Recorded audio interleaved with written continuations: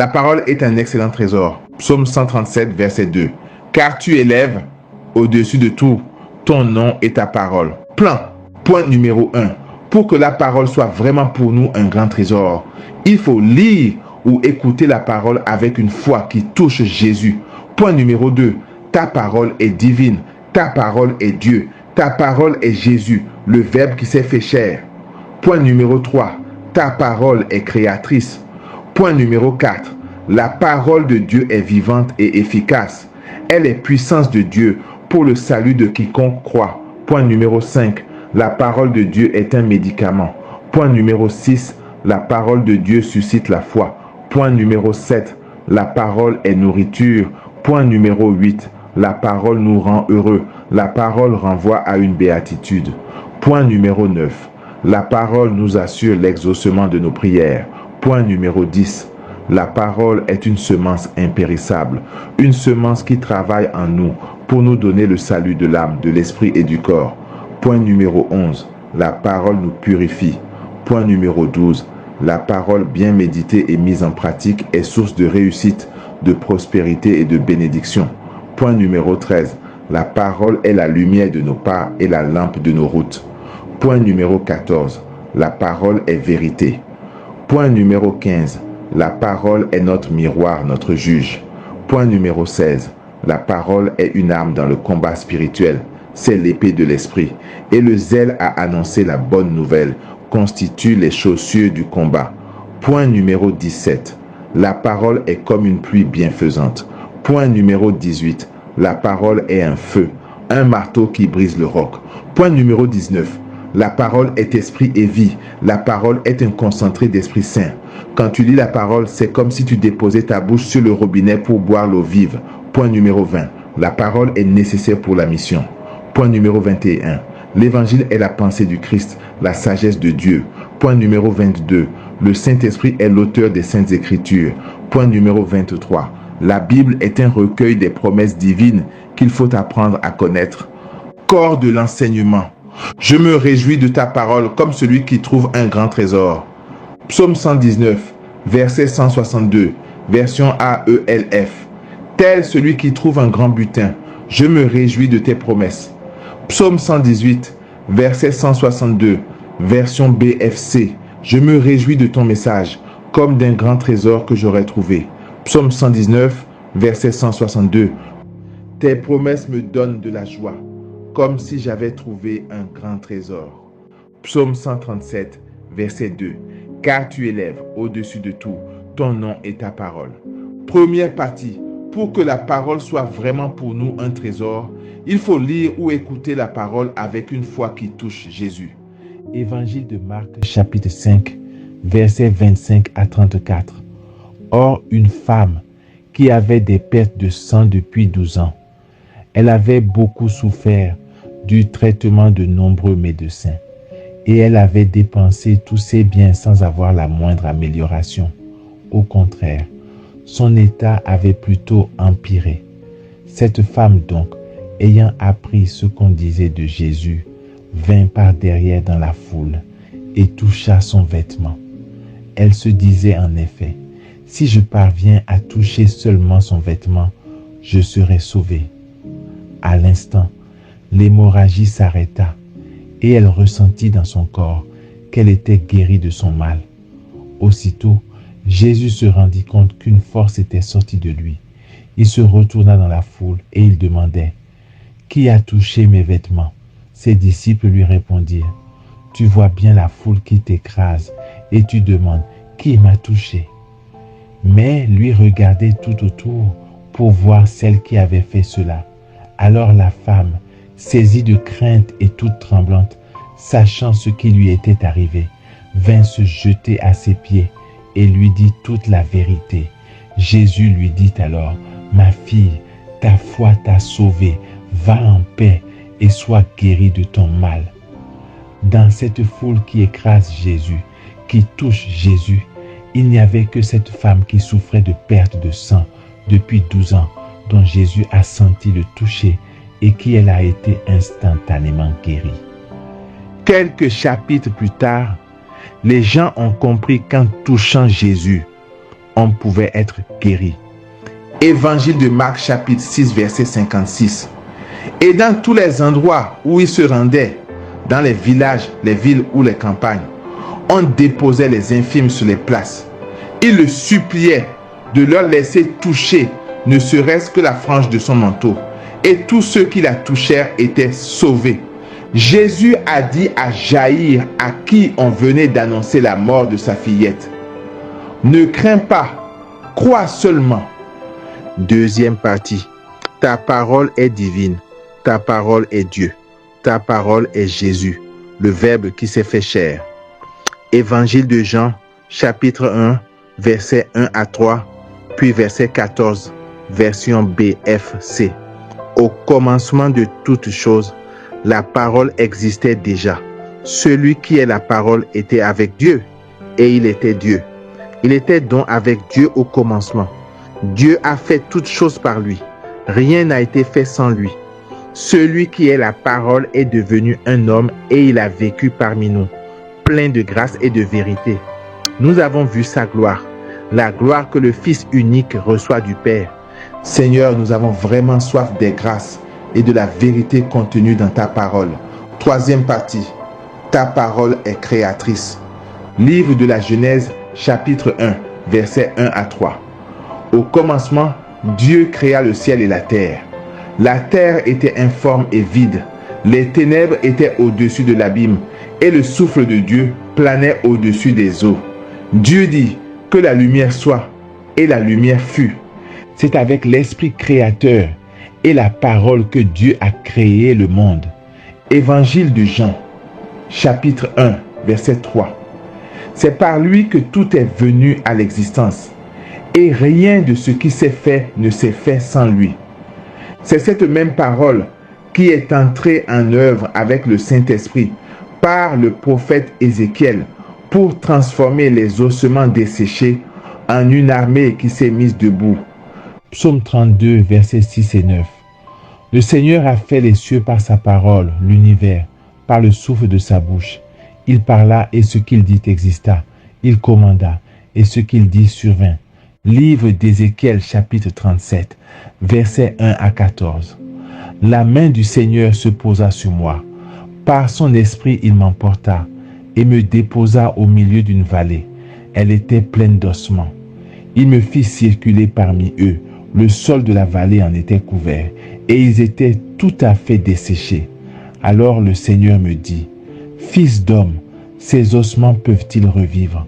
Je lui répondis: Seigneur Dieu, c'est toi qui le sais. Il me dit alors: prophétise sur ces ossements. Tu leur diras: ossements desséchés, écoutez la parole du Seigneur. Ainsi parle le Seigneur Dieu à ces ossements. Je vais faire entrer en vous l'esprit et vous vivrez. Je vais mettre sur vous des nerfs, vous couvrir de chair et vous revêtir de peau. Je vous donnerai l'esprit et vous vivrez. Alors vous saurez que je suis le Seigneur. Je prophétisais comme j'en avais reçu l'ordre. Pendant que je prophétisais, il y eut un bruit, puis une violente secousse, et les ossements se rapprochèrent les uns des autres. Je vis qu'ils se couvraient de nerfs. La chair repoussait, la peau les recouvrait, mais il n'y avait pas d'esprit en eux. Le Seigneur me dit alors: adresse une prophétie à l'esprit. Prophétise, fils d'homme. Dis à l'esprit: ainsi parle le Seigneur Dieu. Viens des quatre vents, esprit, souffle sur ces morts et qu'ils vivent. Je prophétisais comme il m'en avait donné l'ordre, et l'esprit entra en eux. Ils revinrent à la vie et ils se dressèrent sur leurs pieds. C'était une armée immense. Puis le Seigneur me dit: fils d'homme, ces ossements, c'est toute la maison d'Israël, car ils disent: nos ossements sont desséchés, notre espérance est détruite, nous sommes perdus. C'est pourquoi prophétise. Tu leur diras: ainsi parle le Seigneur Dieu, je vais ouvrir vos tombeaux et je vous en ferai remonter, ô mon peuple, et je vous ramènerai sur la terre d'Israël. Vous saurez que je suis le Seigneur quand j'ouvrirai vos tombeaux et vous en ferez remonter, ô mon peuple. Je mettrai en vous mon esprit et vous vivrez. Aujourd'hui, nous aussi, nous devons utiliser la parole de Dieu pour prophétiser sur nos vies, pour créer notre monde d'aujourd'hui. Quatrième partie, la parole de Dieu est vivante et efficace. Elle est puissance de Dieu pour le salut de quiconque croit. Sous-partie 1, la parole de Dieu est vivante et efficace. Épître aux Hébreux, chapitre 4, verset 12 et livre d'Isaïe, chapitre 55, verset 10 à 11. Épître aux Hébreux, chapitre 4, verset 12, version BFC. En effet, la parole de Dieu est vivante et efficace. Elle est plus tranchante qu'aucune épée à deux tranchants. Livre d'Isaïe, chapitre 55, verset 10 à 11. La pluie et la neige qui descendent des cieux n'y retournent pas sans avoir abreuvé la terre, sans l'avoir fécondée et l'avoir fait germer, donnant la semence au semeur et le pain à celui qui doit manger. Ainsi ma parole qui sort de ma bouche ne me reviendra pas sans résultat, sans avoir fait ce qui me plaît, sans avoir accompli sa mission. Sous-partie 2. La parole de Dieu est puissance de Dieu pour quiconque croit. Épître aux Romains, chapitre 1, verset 16. L'évangile est puissance de Dieu pour le salut de quiconque est devenu croyant, le juif d'abord et le païen.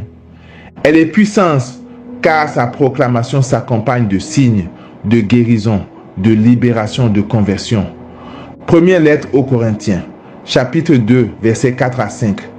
Puissance, et ma parole et ma prédication ne reposaient pas sur les discours persuasifs de la sagesse, mais sur une démonstration d'esprit, et de pour que votre foi repose, non pas sur la sagesse des hommes, mais sur la puissance de Dieu. Première lettre aux Corinthiens, chapitre 4, versets 18 à 20. Pensant que je n'allais pas venir chez vous, quelques-uns se sont gonflés d'orgueil. Or, je viendrai bientôt chez vous, si le Seigneur le veut, et je prendrai connaissance, non pas de ce que disent ces gens gonflés d'orgueil, mais des actes dont ils sont capables. Car le royaume de Dieu ne consiste pas dans la parole, mais en puissance, dans la capacité d'agir. Première lettre aux Thessaloniciens, chapitre 1, verset 5. En effet, notre annonce de l'évangile n'a pas été chez vous simple parole, mais puissance, action de l'Esprit Saint, pleine certitude. Évangile de Marc, chapitre 16, verset 20. Quant à eux, ils s'en allèrent proclamer partout l'évangile. Le Seigneur travaillait avec eux et confirmait la parole par les signes qui l'accompagnaient. Évangile de Matthieu, chapitre 8, versets 8 et 16. Le centurion reprit, « Seigneur, je ne suis pas digne que tu entres sous mon toit, mais dis seulement une parole et mon serviteur sera guéri. » Évangile de Matthieu, chapitre 8, versets 16 à 17. Le soir venu, on présenta à Jésus beaucoup de possédés. D'une parole, il expulsa les esprits, et tous ceux qui étaient atteints d'un mal, il les guérit, pour que soit accomplie la parole prononcée par le prophète Isaïe. Il a pris nos souffrances, il a porté nos maladies. Évangile de Marc, chapitre 5, versets 41 à 42. Il saisit la main de l'enfant et lui dit, « Talitha koum », ce qui signifie, « Jeune fille, je te le dis, lève-toi ». Aussitôt la jeune fille se leva et se mit à marcher. « Talitha koum », au nom de Jésus, je me lève de toute maladie, de tout problème, de toute misère spirituelle ou corporelle. Évangile de Jean, chapitre 11, versets 43 à 44. Cela dit, il cria très fort, « Lazare, sors de là !» Le mort sortit. Évangile de Marc, chapitre 1, verset 39. Et il parcourut toute la Galilée, proclamant l'évangile dans leur synagogue et expulsant les démons. Première lettre de Jean, chapitre 2, verset 14. Jeunes gens, vous êtes forts, la parole de Dieu demeure en vous, vous avez vaincu le mauvais. Je déclare que la parole de Dieu est proclamée ici, et nous avons vaincu la maladie, l'infirmité, le mauvais, Satan, les esprits mauvais, esprits d'infimité et de maladie, les esprits de pauvreté et de retard au nom de Jésus. La parole de Dieu entraîne des conversions. Actes des apôtres, chapitre 2, versets 40 et 1. Alors, ceux qui avaient accueilli la parole de Pierre furent baptisés. Ce jour-là, environ 3000 personnes se joignirent à eux. Cinquième partie. La parole de Dieu est un médicament. Livre des Proverbes, chapitre 4, versets 20 à 22, version Bible de Jérusalem. Mon fils, sois attentif à mes paroles, à mes discours, prête l'oreille, qu'ils n'échappent pas à tes regards, au fond du cœur, garde-les, car pour qui les trouve, ils sont vie et santé pour toute chair. Je déclare que ta parole me donne la vie et la santé parfaite. Mon fils, sois attentif à mes paroles, prête l'oreille à mes propos. Ne les perds pas de vue, garde-les au profond de ton cœur. Pour qui les trouve, ils sont la vie, la guérison de son être de chair. Livre de la sagesse, chapitre 16, verset 12. Ni plante ni pommade ne fut leur remède, mais ta parole, Seigneur, elle qui guérit tout. Je déclare que ta parole me guérit totalement maintenant. À répéter 7 fois. Sixième partie, la parole de Dieu suscite la foi. Épître aux Romains, chapitre 10, verset 17. Or la foi naît de ce que l'on entend, et ce que l'on entend, c'est la parole du Christ. Psaume 77. Les fils d'Éphraïm, archers d'élite, se sont enfuis le jour du combat. Ils n'ont pas gardé l'alliance de Dieu. Ils refusaient de suivre sa loi. Ils avaient oublié ses exploits, les merveilles dont ils furent les témoins. Devant leur père, il accomplit un miracle en Égypte, au pays de Tanis. Il fend la mer, il les fait passer, dressant les eaux comme une digue. Le jour, il les conduit par la nuée, et la nuit par la lumière d'un feu. Il fend le rocher du désert, les désaltère aux eaux profondes. De la roche, il tire des ruisseaux, qu'il fait dévaler comme un fleuve. Mais il péchait encore contre lui. Dans les lieux arides, il bravait le Très-Haut. Ils tentaient le Seigneur dans leur cœur. Ils réclamèrent de manger à leur faim. Ils s'en prennent à Dieu et demandent, Dieu peut-il apprêter une table au désert? Sans doute, il a frappé le rocher. L'eau a jailli. Elle coule à flot. Mais pourra-t-il nous donner du pain et procurer de la viande à son peuple? Alors le Seigneur entendit et s'emporta. Il s'enflamma de fureur contre Jacob. Sa colère monta contre Israël, car il n'avait pas foi en Dieu. Il ne croyait pas qu'il les sauverait. Il commande aux nuées là-haut. Il ouvre les écluses du ciel. Pour les nourrir, il fait pleuvoir la manne. Il leur donne le froment du ciel. Chacun se nourrit du pain des forts. Il les pourvoit de vivres à satiété. Dans le ciel, il pousse le vent d'est et lance le grand vent du midi. Sur eux, il fait pleuvoir une nuée d'oiseaux, autant de viande que de sable au bord des mers. Elle s'abat au milieu de leur camp, tout autour de leur demeure. Ils mangent, ils sont rassasiés. Dieu contentait leur envie. Mais leur envie n'était pas satisfaite. Ils avaient encore la bouche pleine. Quand s'éleva la colère de Dieu, il frappe les plus vaillants d'entre eux et terrasse la jeunesse d'Israël. Et pourtant, ils péchaient encore. Ils n'avaient pas foi en ses merveilles. D'un souffle, il achève leurs jours et leurs années en un moment. Quand Dieu les frappait, ils le cherchaient, ils revenaient et se tournaient vers lui. Ils se souvenaient que Dieu est leur rocher et le Dieu très haut, leur rédempteur. Mais de leur bouche, ils le trompaient, de leur langue, ils lui mentaient. Leur cœur n'était pas constant envers lui. Ils n'étaient pas fidèles à son alliance. Et lui, miséricordieux, au lieu de détruire, il pardonnait maintes fois. Il retint sa colère au lieu de réveiller sa violence. Il se rappelait, ils ne sont que chair, un souffle qui s'en va sans retour. que de fois au désert, ils l'ont bravé, offensé dans les solitudes. De nouveau, ils tentaient Dieu. Ils attristaient le Saint d'Israël. Ils avaient oublié ce jour où sa main les sauva de l'adversaire. L'oubli des exploits du Seigneur entraînait souvent le manque de foi et provoquait la désobéissance. 7e partie. La parole est nourriture pour nos âmes. Livre d'Ézéchiel, chapitre 3, versets 1 à 3. Le Seigneur me dit, fils d'homme, ce qui est devant toi, mange-le, mange ce rouleau, puis va, parle à la maison d'Israël. J'ouvris la bouche, il me fit manger le rouleau et il me dit, fils d'homme, remplis ton ventre, rassasie tes entrailles avec ce rouleau que je te donne. Je le mangeai et dans ma bouche il fut doux comme du miel. Livre de Jérémie, chapitre 15, verset 16. Quand je rencontrais tes paroles, je les dévorais. Elles faisaient ma joie, les délices de mon cœur, parce que ton nom était invoqué sur moi, Seigneur, Dieu de l'univers. Évangile de Matthieu, chapitre 4, verset 4. Il est écrit, l'homme ne vit pas seulement de pain, mais de toute parole qui sort de la bouche de Dieu. Première lettre de Pierre, chapitre 2, verset 2. Comme des enfants nouveau-nés, soyez avides du lait non dénaturé de la parole qui vous fera grandir pour arriver au salut.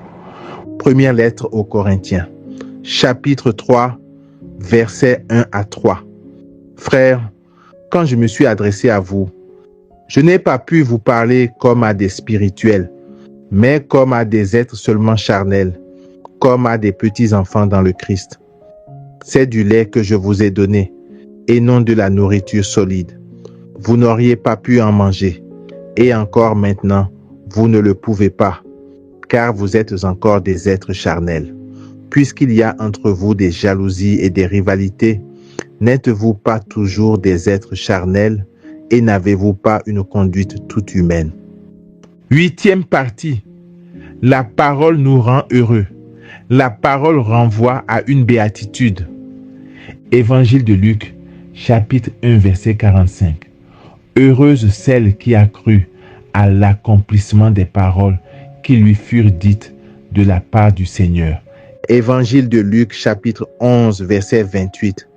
Heureux plutôt ceux qui écoutent la parole de Dieu et qui la gardent. Livre de l'Apocalypse, chapitre 1, verset 3. Heureux celui qui lit, heureux ceux qui écoutent les paroles de la prophétie et gardent ce qui est écrit en elle, car le temps est proche. 9e partie. La parole nous assure l'exaucement de nos prières. Psaume 102, versets 20 à 21. Messager du Seigneur, bénissez-le. Invincible porteur de ses ordres, attentif au son de sa parole. Bénissez-le, armée du Seigneur, serviteur qui exécutait ses désirs. Évangile de Jean, chapitre 15, verset 7. Si vous demeurez en moi et que mes paroles demeurent en vous, demandez tout ce que vous voulez et cela se réalisera pour vous. Deuxième lettre aux Corinthiens, chapitre 1, verset 20. Et toutes les promesses de Dieu ont trouvé leur oui dans sa personne. Aussi est-ce par le Christ que nous disons à Dieu notre Amen, notre oui pour sa gloire. 10e partie. La parole est une semence impérissable, une semence qui travaille en nous pour nous donner le salut de l'âme, de l'esprit et du corps. Évangile de Luc, chapitre 8, verset 11. La semence, c'est la parole de Dieu. Première lettre de Pierre, chapitre 1, versets 23 à 25, version liturgique. Car Dieu vous a fait renaître, non pas d'une semence périssable, mais d'une semence impérissable, sa parole vivante qui demeure. C'est pourquoi il est écrit, toute chair est comme l'herbe, toute sa gloire, comme l'herbe en fleur. L'herbe se dessèche et la fleur tombe, mais la parole du Seigneur demeure pour toujours. Or, cette parole est celle de la bonne nouvelle qui vous a été annoncée. En effet, vous êtes nés de nouveau, non de père mortel, mais grâce à une semence immortelle, grâce à la parole vivante et éternelle de Dieu. Car il est écrit, tous les humains sont comme l'herbe et toute leur gloire comme la fleur des champs. L'herbe sèche et la fleur tombe, mais la parole du Seigneur demeure pour toujours. Épître de Jacques, chapitre 1, verset 21. Accueillez dans la douceur la parole semée en vous. C'est elle qui peut sauver vos âmes. Première lettre aux Thessaloniciens, chapitre 2, verset 13. Et voici pourquoi nous ne cessons de rendre grâce à Dieu. Quand vous avez reçu la parole de Dieu que nous vous faisions entendre, vous l'avez accueillie pour ce qu'elle est réellement. Non pas une parole d'homme, mais la parole de Dieu qui est à l'œuvre en vous, les croyants. Comment la parole est à l'œuvre en nous? Par la déclaration. Livre des Proverbes, chapitre 18, versets 20 à 21. C'est du fruit de sa bouche que l'homme rassasie son corps. C'est du produit de ses lèvres qu'il se rassasie. La mort et la vie sont au pouvoir de la langue. Quiconque l'aime en mangera les fruits. Épître aux Romains, chapitre 10, versets 9 à 10. En effet, si de ta bouche tu affirmes que Jésus est Seigneur, si dans ton cœur tu crois que Dieu l'a ressuscité d'entre les morts, alors tu seras sauvé. Car c'est avec le cœur que l'on croit pour devenir juste. C'est avec la bouche que l'on affirme sa foi pour parvenir au salut. Les effets de cette déclaration. Épître aux Romains, chapitre 10, verset 10. C'est avec la bouche que l'on affirme sa foi pour parvenir au salut. Épître de Jacques, chapitre 1, verset 21. Accueillez dans la douceur la parole semée en vous. C'est elle qui peut sauver vos âmes. Livre des Proverbes, chapitre 4, versets 20 à 22. Mon fils, sois attentif à mes paroles, à mes discours, prête l'oreille, qu'ils n'échappent pas à tes regards. Au fond du cœur, garde-les. Car pour qui les trouve, ils sont vie et santé pour toute chair. 11e partie. La parole nous purifie. Psaume 12, verset 7. Les paroles du Seigneur sont des paroles pures, argent passé au feu, affiné 7 fois. Évangile de Jean, chapitre 15, verset 3. Mais vous, déjà vous voici purifiés grâce à la parole que je vous ai dite. 12e partie. La parole bien méditée et mise en pratique est source de réussite, de prospérité et de bénédiction. Épître de Jacques, chapitre 1, verset 22. Mettez la parole en pratique. Ne vous contentez pas de l'écouter. Ce serait vous faire illusion. Évangile de Matthieu, chapitre 7, versets 24 à 27. Ainsi, celui qui entend les paroles que je dis là et les met en pratique est comparable à un homme prévoyant qui a construit sa maison sur le roc. La pluie est tombée, les torrents ont dévalé, les vents ont soufflé et se sont abattus sur cette maison. La maison ne s'est pas écroulée, car elle était fondée sur le roc. Et celui qui entend de moi ces paroles sans les mettre en pratique est comparable à un homme insensé qui a construit sa maison sur le sable. La pluie est tombée, les torrents ont dévalé, les vents ont soufflé. Ils sont venus battre cette maison. La maison s'est écroulée et son écroulement a été complet. Livre de Josué, chapitre 1, verset 8. Ce livre de la loi ne quittera pas tes lèvres. Tu le murmureras jour et nuit, afin que tu veilles à agir, selon tout ce qui s'y trouve écrit. Alors tu feras prospérer tes entreprises. Alors tu réussiras. Que ce livre de la loi ne s'éloigne point de ta bouche. Médite-le jour et nuit, pour agir fidèlement selon tout ce qui y est écrit. Car c'est alors que tu auras du succès dans tes entreprises. C'est alors que tu réussiras. Psaume 1, versets 1 à 4. Heureux est l'homme qui n'entre pas au conseil des méchants, qui ne suit pas le chemin des pécheurs, ne siège pas avec ceux qui ricanent, mais se plaît dans la loi du Seigneur et murmure sa loi jour et nuit.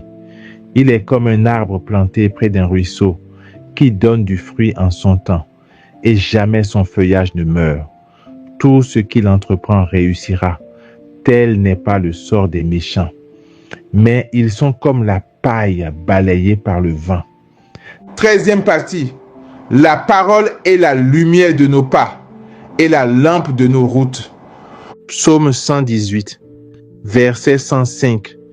Ta parole est la lumière de mes pas, la lampe de ma route.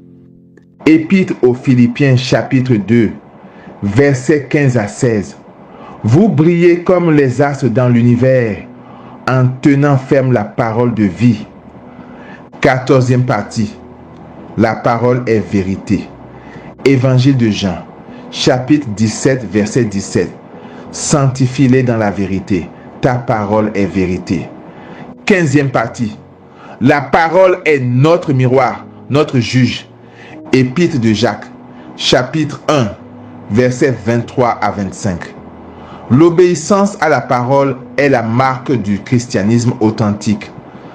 Car si quelqu'un écoute la parole sans la mettre en pratique, il est comparable à un homme qui observe dans un miroir son visage tel qu'il est et qui, aussitôt après, s'en va en oubliant comment il était.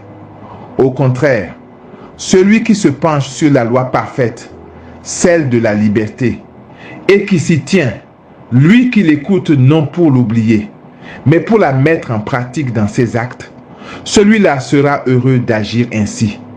Évangile de Jean, chapitre 12, verset 48. Celui qui me rejette et n'accueille pas mes paroles aura pour le juger la parole que j'ai prononcée. C'est elle qui le jugera au dernier jour. Épître aux Hébreux chapitre 4, verset 12. En effet, la parole de Dieu est vivante et efficace.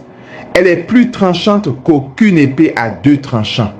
Elle pénètre jusqu'au point où elle sépare âme et esprit, jointure et moelle. Elle juge les désirs et les pensées du cœur humain. 16e partie. La parole est une arme dans le combat spirituel. C'est l'épée de l'esprit. Et le zèle à annoncer la bonne nouvelle constitue les chaussures du combat. Épître aux Éphésiens, chapitre 6, versets 15 et 17. Mettez comme chaussure le zèle à annoncer la bonne nouvelle de la paix. Acceptez le salut comme casque et la parole de Dieu comme épée donnée par l'Esprit Saint. 17e partie. La parole est comme une pluie bienfaisante.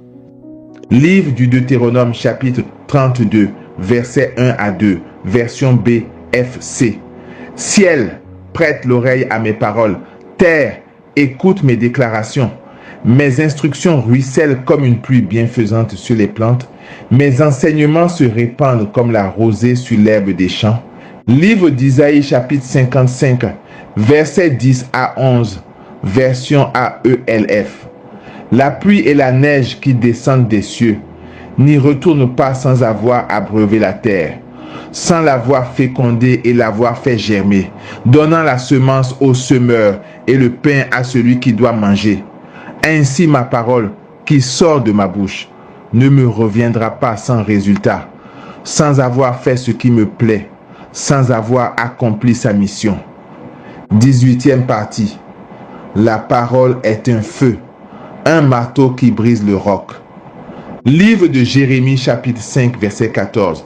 Voici que je fais de mes paroles un feu dans ta bouche. Livre de Jérémie chapitre 23 verset 29. Ma parole n'est-elle pas comme un feu, oracle du Seigneur, comme un marteau qui fracasse le roc? Évangile de Luc chapitre 24 verset 32. Ils se dirent l'un à l'autre, notre cœur n'était-il pas brûlant en nous, tandis qu'il nous parlait sur la route et nous ouvrait les Écritures? 19e partie. La parole est esprit et vie.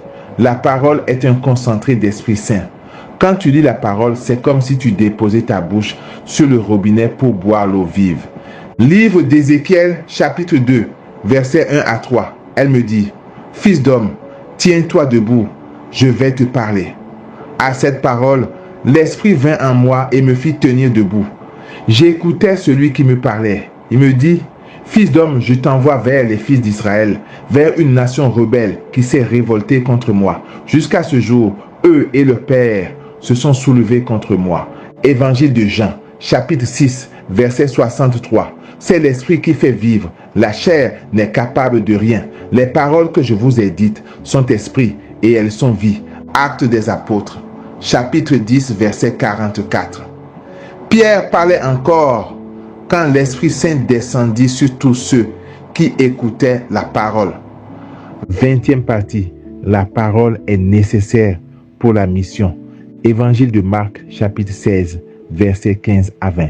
Puis il leur dit, « Allez dans le monde entier, proclamez l'évangile à toute la création. Celui qui croira et sera baptisé sera sauvé. Celui qui refusera de croire sera condamné. Voici les signes qui accompagneront ceux qui deviendront croyants. En mon nom, ils expulseront les démons. Ils parleront en langue nouvelle. Ils prendront des serpents dans leurs mains. Et s'ils boivent un poison mortel, il ne leur fera pas de mal. Ils imposeront les mains aux malades, et les malades s'en trouveront bien. » Le Seigneur Jésus, après leur avoir parlé, fut enlevé au ciel et s'assit à la droite de Dieu. Quant à eux, ils s'en allèrent proclamer partout l'Évangile. Le Seigneur travaillait avec eux et confirmait la parole par les signes qui l'accompagnaient. Livre d'Ézéchiel chapitre 3, versets 1 à 4. Le Seigneur me dit, « Fils d'homme, ce qui est devant toi, mange-le, mange ce rouleau, puis va, parle à la maison d'Israël. » J'ouvris la bouche, il me fit manger le rouleau et il me dit, « Fils d'homme, remplis ton ventre, rassasie tes entrailles avec ce rouleau que je te donne. » Je le mangeai, et dans ma bouche il fut doux comme du miel. Il me dit alors, « Debout, fils d'homme, va vers la maison d'Israël et dis-lui mes paroles. » Première lettre aux Corinthiens, chapitre 9, versets 16 à 17. En effet, annoncer l'évangile, ce n'est pas là pour moi un motif de fierté. C'est une nécessité qui s'impose à moi. Malheur à moi si je n'annonçais pas l'évangile. Certes, si je le fais de moi-même, je mérite une récompense. Mais je ne le fais pas de moi-même. C'est une mission qui m'est confiée. Épître aux Romains, chapitre 1, versets 14 à 15. J'ai des devoirs envers tous, grecs et non grecs, savants et ignorants. De là cet élan qui me pousse à vous annoncer l'évangile, à vous aussi qui êtes à Rome. Épître aux Romains, chapitre 10, versets 13 à 15. En effet, quiconque invoquera le nom du Seigneur sera sauvé. Or, comment l'invoquer si on n'a pas mis sa foi en lui? Comment mettre sa foi en lui si on ne l'a pas entendu? Comment entendre si personne ne proclame? Comment proclamer sans être envoyé? Il est écrit, comme ils sont beaux, les pas des messagers qui annoncent les bonnes nouvelles. Deuxième lettre à Timothée, chapitre 4, versets 2 et 5.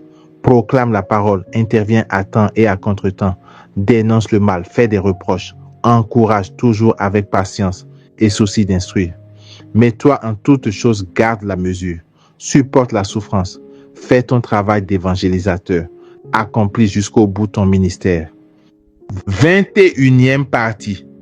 L'évangile est la pensée du Christ, la sagesse de Dieu. Première lettre aux Corinthiens, chapitre 2, versets 7 à 8 et verset 16.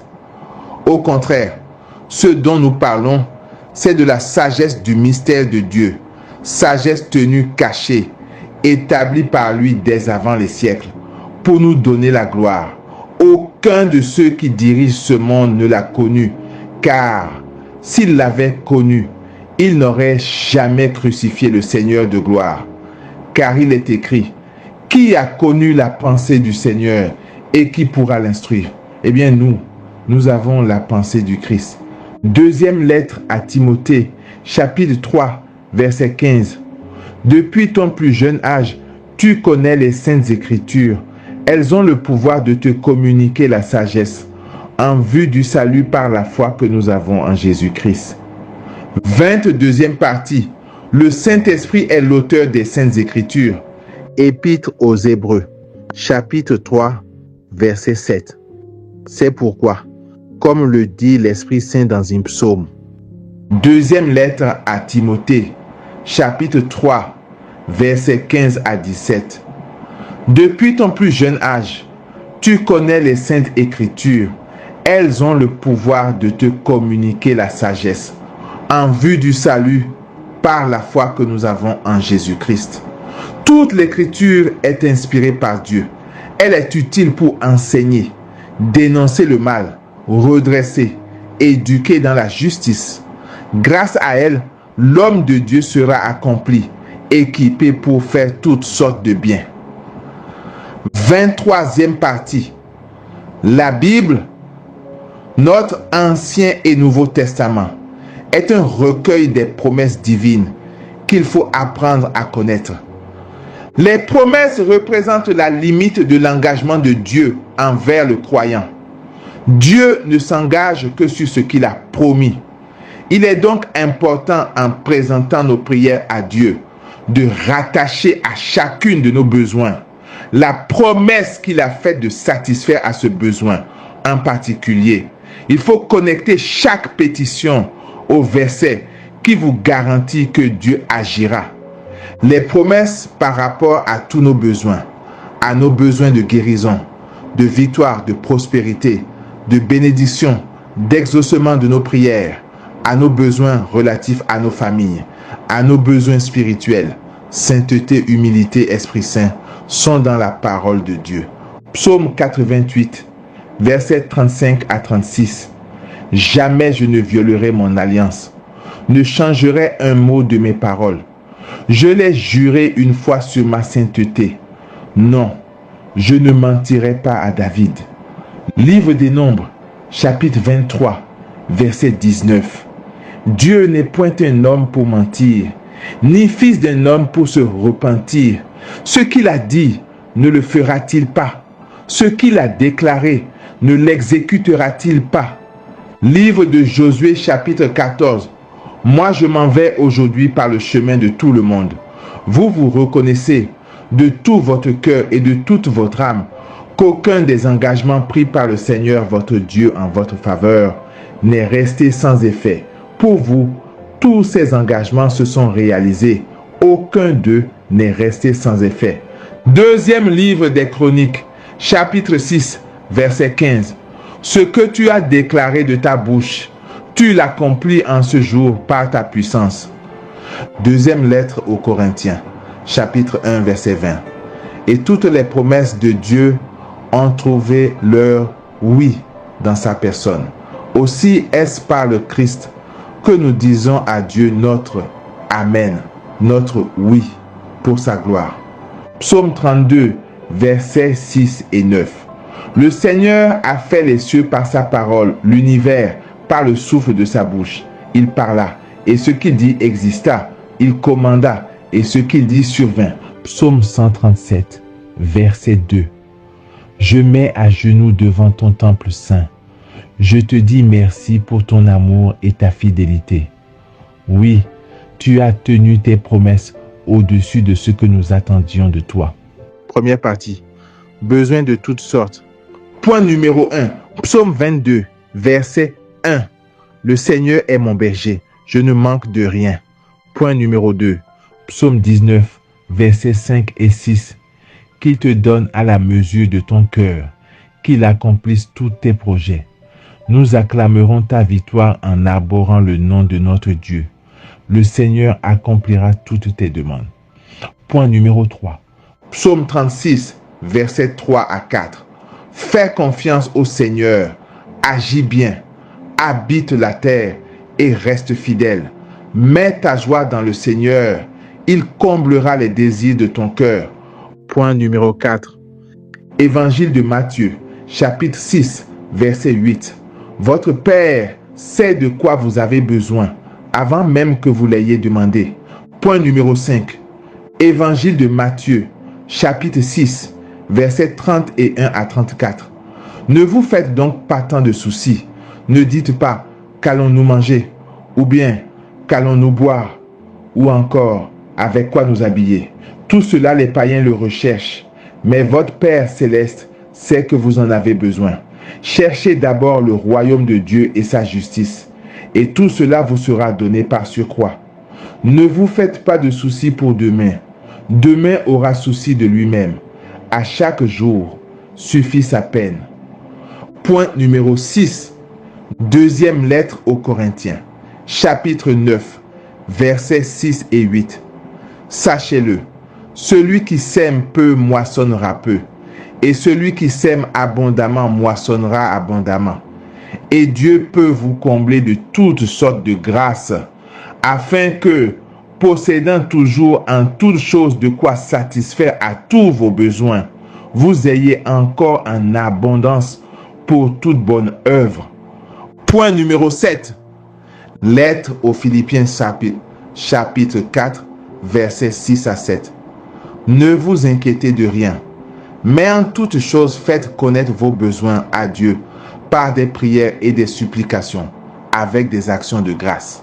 Et la paix de Dieu, qui surpasse toute intelligence, gardera vos cœurs et vos pensées en Jésus-Christ. Point numéro 8. Lettre aux Philippiens chapitre 4 verset 19. Et mon Dieu comblera tous vos besoins selon sa richesse, magnifiquement dans le Christ Jésus. Deuxième partie, besoin de bénédiction. Point numéro 1. Livre des Nombres chapitre 6 versets 24 à 27. Que le Seigneur te bénisse et te garde. Que le Seigneur fasse briller sur toi son visage, qu'il te prenne en grâce. Que le Seigneur tourne vers toi son visage, qu'il t'apporte la paix. Ils invoqueront ainsi mon nom sur les fils d'Israël, et moi, je les bénirai. Point numéro 2. Livre de la Genèse, chapitre 12, versets 2 à 3.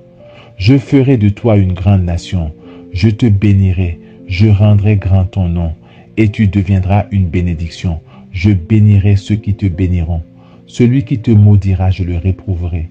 En toi seront bénies toutes les familles de la terre. Point numéro 3.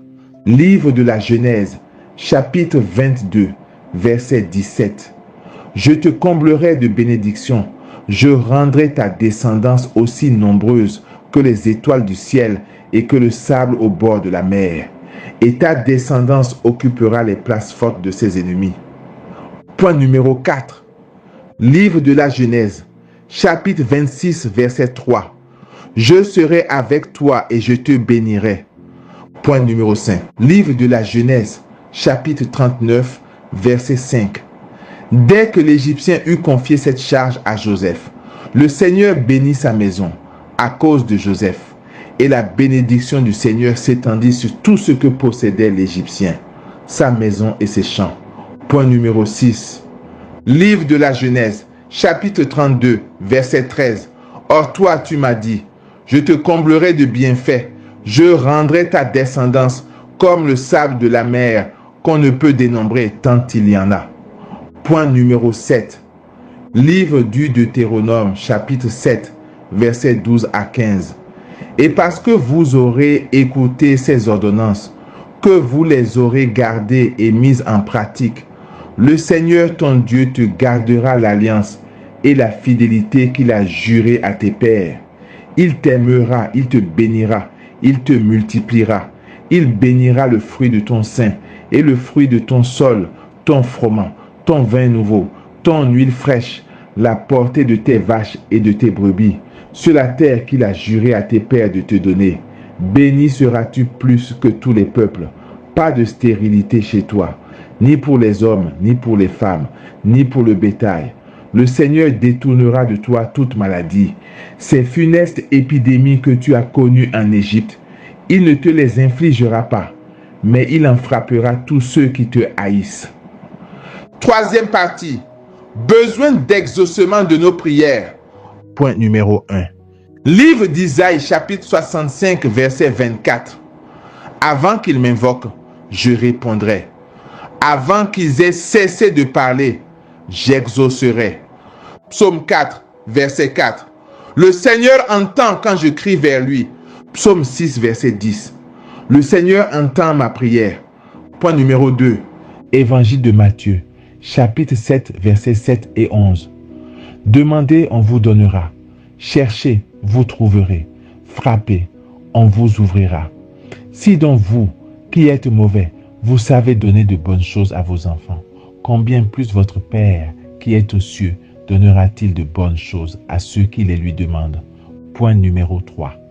Évangile de Matthieu, chapitre 18, verset 19. Et pareillement, Amen, je vous le dis, si deux d'entre vous sur la terre se mettent d'accord pour demander quoi que ce soit, ils l'obtiendront de mon Père qui est aux cieux. Point numéro 4. Évangile de Matthieu, chapitre 21, verset 22. Tout ce que vous demanderez dans votre prière avec foi, vous l'obtiendrez. Point numéro 5. Évangile de Marc, chapitre 11, verset 24. Tout ce que vous demandez dans la prière, croyez que vous l'avez obtenu, et cela vous sera accordé. Point numéro 6. Évangile de Luc, chapitre 18, versets 7 et 8. Jésus disait à ses disciples une parabole sur la nécessité pour eux de toujours prier sans se décourager. Et Dieu ne ferait pas justice à ses élus, qui crient vers lui jour et nuit. Les fait-il attendre? Je vous le déclare, bien vite, il leur fera justice. Cependant, le Fils de l'homme, quand il viendra, trouvera-t-il la foi sur la terre? Point numéro 7. Évangile de Jean, chapitre 14, verset 14. Quand vous me demanderez quelque chose en mon nom, moi, je le ferai. Évangile de Jean, chapitre 15, verset 7. Si vous demeurez en moi et que mes paroles demeurent en vous, demandez tout ce que vous voulez et cela se réalisera pour vous. Évangile de Jean, chapitre 15, verset 16. Alors, tout ce que vous demanderez au Père en mon nom, il vous le donnera. Évangile de Jean, chapitre 16, versets 23 à 24. Ce que vous demanderez au Père en mon nom, il vous le donnera. Jusqu'à présent, vous n'avez rien demandé en mon nom. Demandez et vous recevrez. Ainsi, votre joie sera parfaite. Quatrième partie. Besoin de victoire sur l'ennemi. Point numéro 1. Livre de l'Exode, chapitre 23, verset 22. Je serai l'ennemi de tes ennemis et l'adversaire de tes adversaires. Point numéro 2. Livre du Deutéronome, chapitre 28, verset 7. Le Seigneur te donnera la victoire sur tes ennemis qui s'élèveront contre toi. Ils sortiront contre toi par un seul chemin et ils s'enfuiront devant toi par 7 chemins. Point numéro 3. Premier livre de Samuel, chapitre 17, versets 45 à 51. David lui répondit, « Tu viens contre moi avec épée, lance et javelot, mais moi, je viens contre toi avec le nom du Seigneur des armées, le Dieu des troupes d'Israël que tu as défié. Aujourd'hui, le Seigneur va te livrer entre mes mains. Je vais t'abattre, te trancher la tête, donner aujourd'hui même les cadavres de l'armée philistine aux oiseaux du ciel et aux bêtes de la terre. Toute la terre saura qu'il y a un Dieu pour Israël, et tous ces gens rassemblés sauront que le Seigneur ne donne la victoire ni par l'épée ni par la lance, mais que le Seigneur est maître du combat et qu'il vous livre entre nos mains. » Goliath s'était dressé, s'était mis en marche et s'approchait à la rencontre de David. Celui-ci s'élança et courut vers les lignes des ennemis à la rencontre du Philistin. Il plongea la main dans son sac et en retira un caillou qu'il lança avec sa fronde. Il atteignit le Philistin au front, le caillou s'y enfonça et Goliath tomba face contre terre. Ainsi David triompha du Philistin avec une fronde et un caillou. Quand il frappa le Philistin et le mit à mort, il n'avait pas d'épée à la main. Mais David courut, arrivé près du Philistin, il lui prit son épée, qu'il tira du fourreau, et le tua en lui coupant la tête. Quand les Philistins virent que leur héros était mort, ils prirent la fuite. Point numéro 5. Deuxième livre de Samuel, chapitre 8, verset 14. En tout lieu où allait David, Le Seigneur lui donnait la victoire. Point numéro 6. Livre de Jérémie, chapitre 1, versets 18 à 19. Moi, je fais de toi aujourd'hui une ville fortifiée, une colonne de fer, un rempart de bronze, pour faire face à tout le pays, au roi de Juda et à ses princes, à ses prêtres et à tout le peuple du pays. Ils te combattront, mais ils ne pourront rien contre toi, car je suis avec toi pour te délivrer. Oracle du Seigneur. Point numéro 7. Livre de Jérémie, chapitre 20, verset 11. Mais le Seigneur est avec moi, tel un guerrier redoutable. Mes persécuteurs trébucheront, ils ne réussiront pas. Leur défaite les couvrira de honte, d'une confusion éternelle inoubliable. Point numéro 8. Livre d'Isaïe, chapitre 54, versets 15 et 17. Quiconque s'en prend à toi, devant toi tombera. Toute arme forgée contre toi restera inefficace. Toute langue qui te citera au tribunal, tu la condamneras. Telle est la part des serviteurs du Seigneur. Telle est la justice qui leur viendra de moi. Oracle du Seigneur. Point numéro 9. Psaume 67, versets 20 à 21. Que le Seigneur soit béni. Jour après jour, ce Dieu nous accorde la victoire. Le Dieu qui est le nôtre est le Dieu des victoires. Point numéro 10. Lettre aux Romains, chapitre 8, versets 31 et 37. Que dire de plus? Si Dieu est pour nous, qui sera contre nous? Mais en tout cela, nous sommes les grands vainqueurs grâce à celui qui nous a aimés. Mais dans toutes ces choses, nous sommes plus que vainqueurs par celui qui nous a aimés. Point numéro 11. Première lettre de Jean, chapitre 4, verset 4. Vous, petits enfants, vous êtes de Dieu et vous avez vaincu ces gens-là, car celui qui est en vous est plus grand que celui qui est dans le monde. Point numéro 12. Livre de l'Apocalypse, chapitre 17, verset 14. Ils feront la guerre à l'agneau, et l'agneau les vaincra car il est Seigneur des seigneurs et Roi des rois. Et les siens, les appelés, les élus, les fidèles vaincront avec lui. Point numéro 13. Psaume 43, verset 8. Tu nous as donné de vaincre l'adversaire. Tu as couvert notre ennemi de honte. Psaume 137, verset 7 à 8. Ta main s'abat sur mes ennemis en colère. Ta droite me rend vainqueur. Point numéro 14. Évangile de Luc, chapitre 10, verset 19. Écoutez, je vous ai donné le pouvoir de marcher sur les serpents et les scorpions et d'écraser toute la puissance de l'ennemi, et rien ne pourra vous faire du mal. Lettre aux Romains, chapitre 16, verset 20. Alors, sans délai, le Dieu de la paix écrasera Satan sous vos pieds. Cinquième partie. Besoin de prospérité. Point numéro 1. Évangile de Matthieu, chapitre 6, versets 31 à 34. Ne vous faites donc pas tant de soucis. Ne dites pas, qu'allons-nous manger? Ou bien, qu'allons-nous boire? Ou encore, avec quoi nous habiller? Tout cela, les païens le recherchent. Mais votre Père céleste sait que vous en avez besoin. Cherchez d'abord le royaume de Dieu et sa justice, et tout cela vous sera donné par surcroît. Ne vous faites pas de soucis pour demain. Demain aura souci de lui-même. À chaque jour suffit sa peine. Point numéro 2. Deuxième lettre aux Corinthiens, chapitre 9, versets 6 et 8. Rappelez-vous le proverbe, à semer trop peu, on récolte trop peu, à semer largement, on récolte largement. Et Dieu est assez puissant pour vous donner toute grâce en abondance, afin que vous ayez en toutes choses et toujours tout ce qu'il vous faut, et même que vous ayez en abondance de quoi faire toutes sortes de biens. Point numéro 3. Troisième lettre de Jean, verset 2. Bien-aimé, je souhaite que tu prospères à tous égards et sois en bonne santé, comme prospère l'état de ton âme. Point numéro 3. Livre d'Isaïe, chapitre 60, verset 11. On tiendra toujours tes portes ouvertes, elles ne seront jamais fermées, ni de jour ni de nuit, afin qu'on fasse entrer chez toi les richesses des nations, et les rois avec leur suite. Point numéro 4. Livre des Proverbes, chapitre 11, verset 25.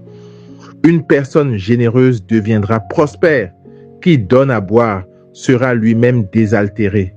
L'âme bienfaisante sera rassasiée, et celui qui arrose sera lui-même arrosé. Point numéro 5. Psaume 22, verset 1. Le Seigneur est mon berger, je ne manque de rien. Point numéro 6. Psaume 111, verset 1 et 3. Alléluia. Heureux qui craint le Seigneur, qui aime entièrement sa volonté. Les richesses affluent dans sa maison. À jamais se maintiendra sa justice. Point numéro 7. Livre de la Genèse, chapitre 39, versets 2 à 3. Le Seigneur était avec Joseph, et tout lui réussissait. Il vivait dans la maison de son maître, l'Égyptien. Ce dernier vit que le Seigneur était avec Joseph et faisait réussir tout ce qu'il entreprenait. Point numéro 8. Livre du Deutéronome, chapitre 8, versets 12 à 14. Quand tu auras mangé et seras rassasié, quand tu auras bâti de belles maisons et que tu les habiteras, quand tu auras vu se multiplier ton gros et ton petit bétail, ton argent, ton or et tous tes biens, n'en tire pas orgueil et n'oublie pas le Seigneur ton Dieu qui t'a fait sortir du pays d'Égypte, de la maison d'esclavage. Point numéro 9. Livre du Deutéronome, chapitre 28, verset 8. Le Seigneur ordonnera que la bénédiction soit avec toi, dans tes greniers et en toutes tes entreprises. Point numéro 10. Livre du Deutéronome, chapitre 28, versets 12 à 13. Le Seigneur ouvrira pour toi son beau trésor, le ciel pour donner la pluie à ton pays au temps favorable et bénir ainsi toute œuvre de ta main. Tu prêteras à beaucoup de nations et toi tu n'emprunteras pas. Le Seigneur te mettra à la tête et non pas en queue. Tu ne feras que monter, tu ne descendras pas, si tu écoutes les commandements du Seigneur ton Dieu, que je te donne aujourd'hui à garder et à mettre en pratique. Point numéro 11. Livre du Deutéronome, chapitre 30, versets 9 à 10. Le Seigneur votre Dieu vous accordera le succès dans tout ce que vous entreprendrez. Vous aurez de nombreux enfants, vos bêtes auront de nombreux petits, et vos récoltes seront abondantes. En effet, autant le Seigneur s'est plu à faire du bien à vos ancêtres, autant il se plaira à vous en faire, si vous lui obéissez et mettez en pratique les commandements et les prescriptions contenues dans le présent livre de la loi, et si vous revenez à lui de tout votre cœur et de toute votre âme. Point numéro 12. Premier livre des Chroniques, chapitre 4, verset 10. Jabez prononça cette prière. Dieu d'Israël, accorde-moi ta bénédiction, augmente mes possessions, étends sur moi ta main protectrice et éloigne de moi le malheur et la souffrance. Dieu lui accorda ce qu'il avait demandé. Point numéro 13. Premier livre des Chroniques, chapitre 29, verset 12. La richesse et la gloire viennent de ta face. C'est toi, le maître de tout, dans ta main, force et puissance. Tout par ta main grandit et s'affermit. Deuxième livre des Chroniques, chapitre 26, verset 5. Tout le temps qu'il rechercha le Seigneur, Dieu le fit réussir, le fit prospérer. Point numéro 14. Deuxième livre des Chroniques, chapitre 32, versets 27 à 29. Ézéchias eut richesse et gloire en très grande abondance. Il amassa des trésors, argent, or, pierres précieuses, aromates, boucliers et toutes sortes d'objets précieux. Il eut des entrepôts pour ses provisions de froment, de vin nouveau et d'huile fraîche, des étables pour toute espèce de bétail et des troupeaux pour ses parcs. Il se construisit des villes. Il eut de nombreux troupeaux de petits et de gros bétail, car Dieu lui avait donné de très grands biens. Sixième partie. Besoin de guérison. Point numéro 1. Livre de l'Exode. Chapitre 15, verset 26. Je suis le Seigneur, celui qui te guérit. Point numéro 2. Livre de l'Exode, chapitre 23, versets 25 à 26. Vous adorerez le Seigneur votre Dieu. Il bénira ton pain et ton eau, et j'écarterai de toi la maladie. Aucune femme de ton pays n'aura de fausses couches ou ne sera stérile, et je laisserai s'accomplir le nombre de tes jours. Point numéro 3. Livre du Deutéronome, chapitre 7, verset 15. Le Seigneur détournera de toi toute maladie. Point numéro 4. Livre de Malachie, chapitre 3, verset 20. Mais pour vous qui craignez mon nom, le soleil de justice se lèvera. Il apportera la guérison dans son rayonnement. Vous sortirez en bondissant, comme de jeunes veaux à la pâture. Point numéro 5. Livre d'Isaïe, chapitre 33, verset 24. Aucun de ceux qui demeurent là ne dira plus « Je suis malade ». Le peuple qui habite Jérusalem sera déchargé de sa faute. Point numéro 6. Livre de Jérémie, chapitre 33, verset 6. Voici, je lui donnerai la guérison et la santé. Point numéro 7. Livre de la sagesse, chapitre 16, verset 12. Ni plante ni pommade ne fut leur remède, mais ta parole, Seigneur, elle qui guérit tout. Point numéro 8. Psaume 27, verset 7. Le Seigneur m'a guéri, ma chair a refleuri, mes chants lui rendent grâce. Point numéro 9. Psaume 29, verset 3. Quand j'ai crié vers toi, Seigneur, mon Dieu, tu m'as guéri. Point numéro 10. Psaume 102, verset 3. Car il pardonne toutes tes offenses et te guérit de toute maladie. Point numéro 11. Psaume 106, verset 20.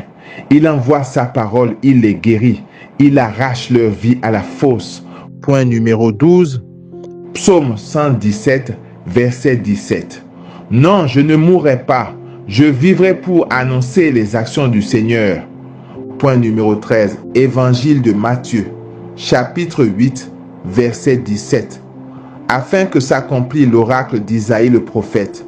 Il a pris nos infirmités et s'est chargé de nos maladies. Point numéro 14. Livre d'Isaïe, chapitre 53, versets 3 à 5.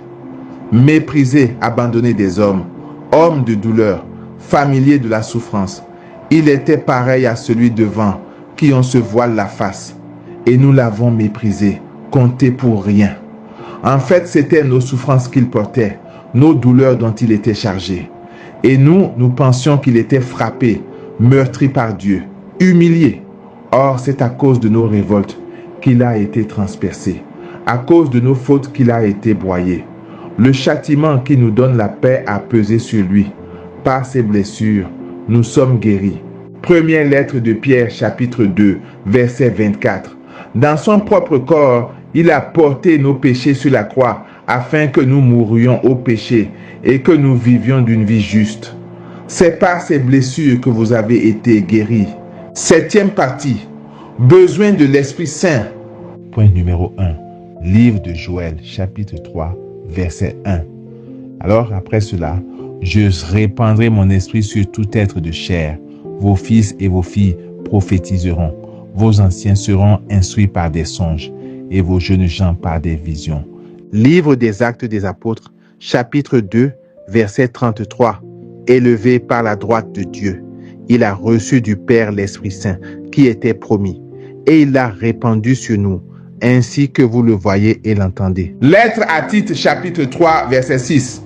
Cet Esprit, Dieu l'a répandu sur nous en abondance, par Jésus-Christ, notre Sauveur. Point numéro 2. Livre d'Ézéchiel, chapitre 36, verset 27. Je mettrai en vous mon esprit. Je ferai que vous marchiez selon mes lois, que vous gardiez mes préceptes et leur soyez fidèles. Point numéro 3. Évangile de Luc, chapitre 24, verset 49. Et moi, je vais envoyer sur vous ce que mon Père a promis. Quant à vous, demeurez dans la ville jusqu'à ce que vous soyez revêtus d'une puissance venue d'en haut. Livre des Actes des Apôtres, chapitre 1, verset 8. Mais vous recevrez une puissance, le Saint-Esprit survenant sur vous, et vous serez mes témoins à Jérusalem, dans toute la Judée, dans la Samarie et jusqu'aux extrémités de la terre. Point numéro 4. Évangile de Jean, chapitre 16, verset 7. Cependant, je vous dis la vérité. Il vous est avantageux que je m'en aille, car si je ne m'en vais pas, le consolateur ne viendra pas vers vous. Mais si je m'en vais, je vous l'enverrai. Point numéro 5. Première lettre aux Corinthiens, chapitre 12, verset 11. Mais celui qui agit en tout cela, c'est l'unique et même esprit. Il distribue ses dons, comme il le veut, à chacun en particulier. Point numéro 6. Évangile de Luc, chapitre 4, verset 1. Jésus, rempli d'Esprit Saint, quitta les bords du Jourdain. Dans l'Esprit, il fut conduit à travers le désert. Évangile de Jean, chapitre 3, verset 34. En effet, celui que Dieu a envoyé dit les paroles de Dieu, car Dieu lui donne l'Esprit sans mesure. Point numéro 7. Acte 2, versets 1 à 4. Quand arriva le jour de la Pentecôte, au terme des 50 jours, ils se trouvaient réunis tous ensemble. Soudain, un bruit survint du ciel, comme un violent coup de vent. La maison où ils étaient assis en fut remplie tout entière. Alors leur apparurent des langues qu'on aurait dites de feu, qui se partageaient, et il s'en posa une sur chacun d'eux. Tous furent remplis d'Esprit Saint. Ils se mirent à parler en d'autres langues, et chacun s'exprimait selon le don de l'Esprit. Livre des Actes des Apôtres, chapitre 2, verset 4. Tous furent remplis d'Esprit Saint. Livre des Actes des Apôtres, chapitre 4, versets 29 à 31 et 33. Et maintenant, Seigneur, sois attentif à leurs menaces. Donne à ceux qui te servent de dire ta parole avec une totale assurance. Étends donc ta main pour que se produisent guérison, signes et prodiges par le nom de Jésus, ton saint, ton serviteur. Quand ils eurent fini de prier, le lieu où ils étaient réunis se mit à trembler. Ils furent tous remplis du Saint-Esprit et ils disaient la parole de Dieu avec assurance. C'est avec une grande puissance que les apôtres rendaient témoignage de la résurrection du Seigneur Jésus, et une grâce abondante reposait sur eux tous. Livre des Actes des Apôtres, chapitre 4, verset 31. Quand ils eurent fini de prier, le lieu où ils étaient réunis se mit à trembler. Ils furent tous remplis du Saint-Esprit et ils disaient la parole de Dieu avec assurance. 8e partie. Besoin pour la famille. Point numéro 1. Livre de la Genèse, chapitre 2, versets 18 et 24. Le Seigneur Dieu dit, « Il n'est pas bon que l'homme soit seul. Je vais lui faire une aide qui lui correspondra. À cause de cela, l'homme quittera son père et sa mère, il s'attachera à sa femme, et tous deux ne feront plus qu'un. » Point numéro 2. Livre de la Genèse, chapitre 21, versets 1 à 2. Le Seigneur visita Sarah comme il l'avait annoncé. Il agit pour elle comme il l'avait dit.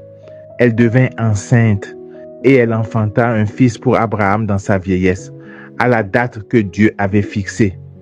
Premier livre de Samuel, chapitre 1, verset 27.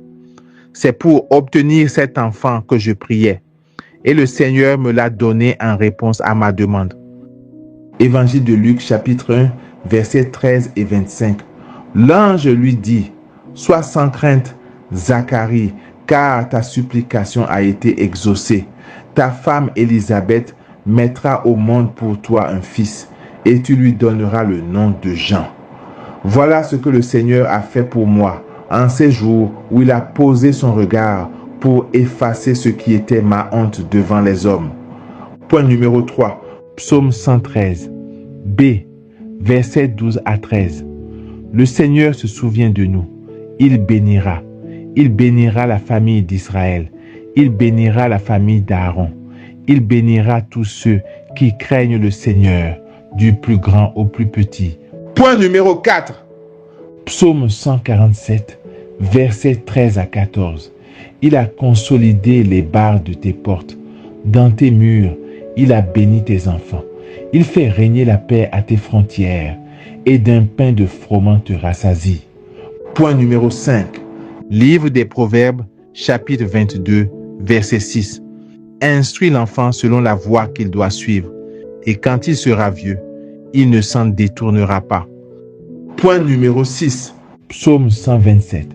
Heureux qui craint le Seigneur et marche selon ses voies.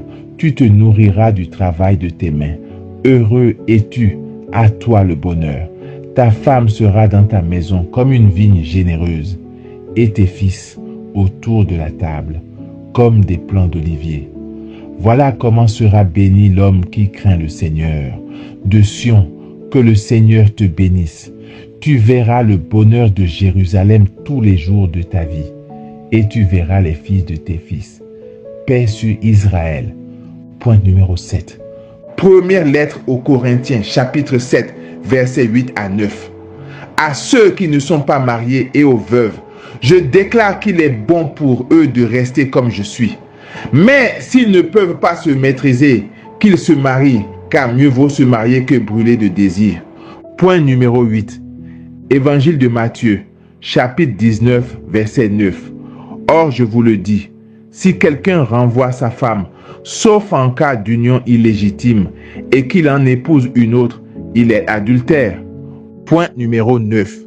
Livre du Deutéronome, chapitre 4, verset 40. Tu garderas les décrets et les commandements du Seigneur que je te donne aujourd'hui, afin d'avoir, toi et tes fils, bonheur et longue vie sur la terre, que te donne le Seigneur ton Dieu tous les jours. Point numéro 10. Conseil pour les mariés.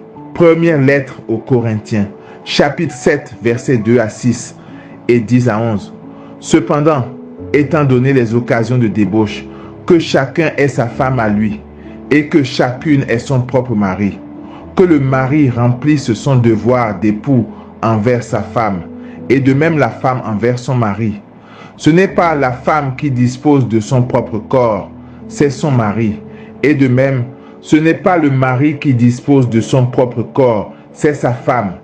Ne vous refusez pas l'un à l'autre, si ce n'est d'un commun accord et temporairement, pour prendre le temps de prier et pour vous retrouver ensuite. Autrement, Satan vous tenterait, profitant de votre incapacité à vous maîtriser. Ce que je dis là est une concession et non un ordre. À ceux qui sont mariés, je donne cet ordre. Il ne vient pas de moi, mais du Seigneur. Que la femme ne se sépare pas de son mari, et même si elle est séparée, qu'elle reste seule ou qu'elle se réconcilie avec son mari, et que le mari ne renvoie pas sa femme. Point numéro 11. Le code domestique. Lettre aux Éphésiens chapitre 5, versets 20 et 1 à chapitre 6, verset 4. Par respect pour le Christ, soyez soumis les uns aux autres.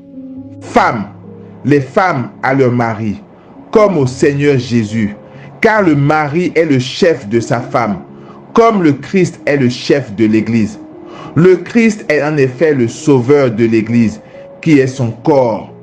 Les femmes doivent donc se soumettre en tout à leur mari, tout comme l'Église se soumet au Christ. Hommes, vous les hommes, aimez votre femme à l'exemple du Christ. Il a aimé l'Église. Il s'est livré lui-même pour elle, afin de la rendre sainte en la purifiant par le bain de l'eau baptismale accompagnée d'une parole. Enfants, lettre aux Éphésiens, chapitre 6, versets 1 à 3. Vous les enfants, obéissez à vos parents dans le Seigneur, car c'est cela qui est juste. Honore ton père et ta mère, c'est le premier commandement, qui soit assorti d'une promesse. Ainsi tu seras heureux, et tu auras longue vie sur la terre. Parents, lettre aux Éphésiens chapitre 6 verset 4. Et vous, les parents, ne poussez pas vos enfants à la colère, mais élevez-les en leur donnant une éducation et des avertissements inspirés par le Seigneur. Point numéro 12. Code domestique. Lettre aux Colossiens, chapitre 3, versets 18 à 20 et 1. Femmes, vous les femmes, soyez soumises à votre mari, dans le Seigneur, c'est ce qui convient. Hommes, et vous les hommes, aimez votre femme, ne soyez pas désagréables avec elle.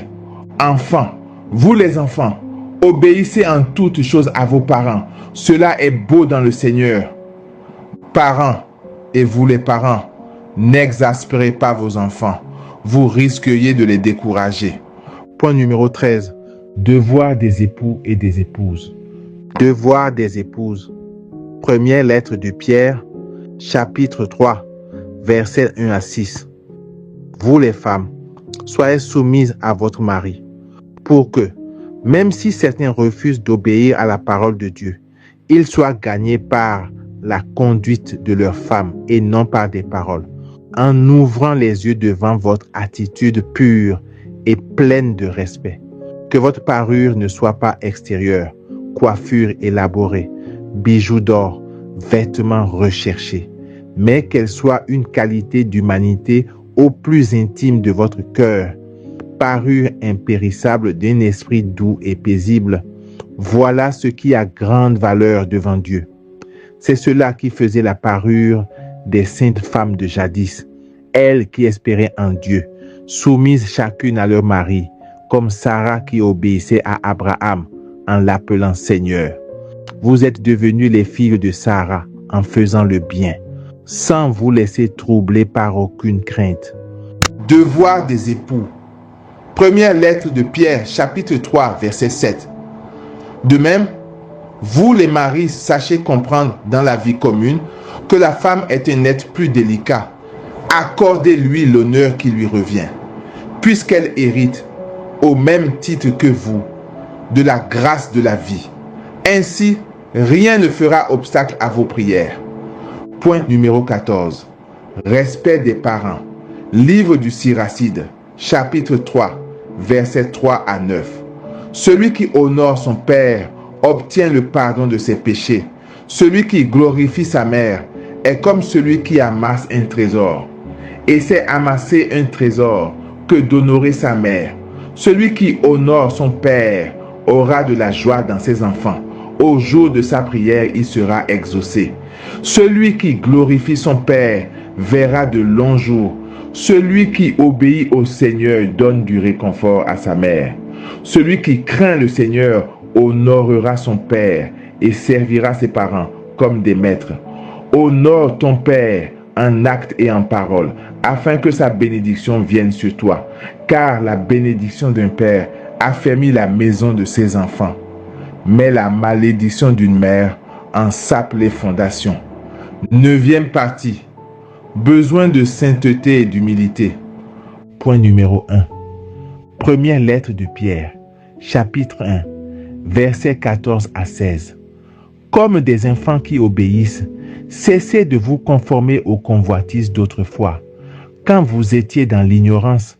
Mais, à l'exemple du Dieu saint qui vous a appelé, devenez saints, vous aussi, dans toute votre conduite, puisqu'il est écrit, vous serez saints, car moi, je suis saint. Point numéro 2. Lettre aux Hébreux, chapitre 12, verset 14.